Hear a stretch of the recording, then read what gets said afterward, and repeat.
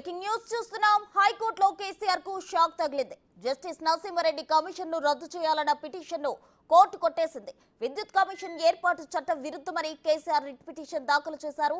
ఇరువైపు వాదనలు విన్న కోర్టు తీర్పు వెలువరించింది. అడ్వకేట్ జనరల్ వాదనలతో హైకోర్టు ఏకీభవించింది.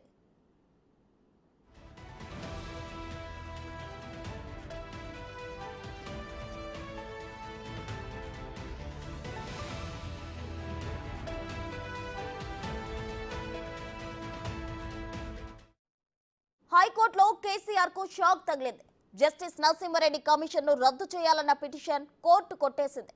విద్యుత్ కమిషన్ ఏర్పాటు చట్ట విరుద్ధమని కేసీఆర్ రిట్ పిటిషన్ దాఖలు చేశారు.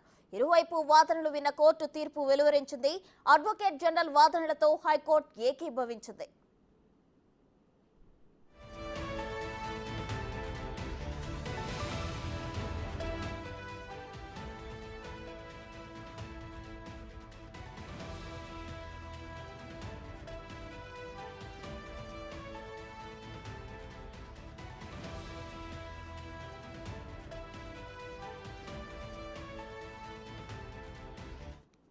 ఇక హైకోర్టులో కేసీఆర్ కు షాక్ తగిలింది. జస్టిస్ నరసింహారెడ్డి కమిషన్ రద్దు చేయాలని కోర్టులో కేసీఆర్ పిటిషన్ వేయడం జరిగింది. అయితే విద్యుత్ కమిషన్ ఏర్పాటు చట్ట విరుద్ధమని కూడా కేసీఆర్ రిట్ పిటిషన్ దాఖలు చేశారు.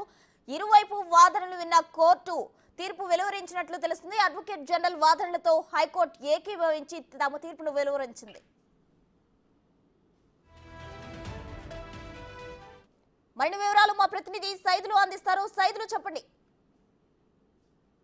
హైకోర్టులో కేసీఆర్ కు చుక్కెదురైంది. ముఖ్యంగా విద్యుత్ కొనుగోలు విషయంలో ప్రభుత్వం కమిషన్ ఏర్పాటు చేసింది. జస్టిస్ ఎల్ నరసింహారెడ్డి కమిషన్ విచారణకు హాజరు కావాలని చెప్పేసి ఛత్తీస్గఢ్ విద్యుత్ కొనుగోలు విషయంలో అసలు ఏం జరిగిందనేది కేసీఆర్ను విచారణకు రమ్మని చెప్పేసి కమిషన్ లేఖ రాసింది. అయితే ఆ లేఖకి బదులుగా కేసీఆర్ కూడా మరొక లేఖ రాసి విద్యుత్ కమిషన్ చట్ట విరుద్ధంగా పనిచేస్తుంది, అంటే ఏకపక్షంగా నిర్ణయాలు తీసుకుంటుంది, అది కరెక్ట్ కాదు, జరిగింది ఏదని చెప్పేసి మొత్తం 27 పేజీలతో కూడిన లేఖను జస్టిస్ ఎల్ నరసింహారెడ్డికి కేసీఆర్ లేఖ రాశారు. దీనిపై హైకోర్టుకి వెళ్తామని చెప్పేసి కూడా చెప్పారు. హైకోర్టులో రిట్ పిటిషన్ దాఖలు చేశారు కేసీఆర్. అయితే వాస్తవంగా ఈ నెల 19న కేసీఆర్ విద్యుత్ కమిషన్ విచారణకు హాజరు కావాల్సి ఉన్నది. అయితే హైకోర్టుకి వెళ్ళడం వల్ల అది కాస్త పెండింగ్ పడింది. తర్వాత మరోసారి 24వ తారీఖు విద్యుత్ కమిషన్ మరి కేసీఆర్కు అదేవిధంగా విద్యుత్ శాఖ మంత్రి మాజీ విద్యుత్ శాఖ మంత్రి జగదీష్ రెడ్డికి ఇద్దరికి కూడా లేఖ రాసింది. ఖచ్చితంగా ఛత్తీస్గఢ్ విద్యుత్ కొనుగోలు విషయంలో అసలు ఏం జరిగిందని చెప్పేసి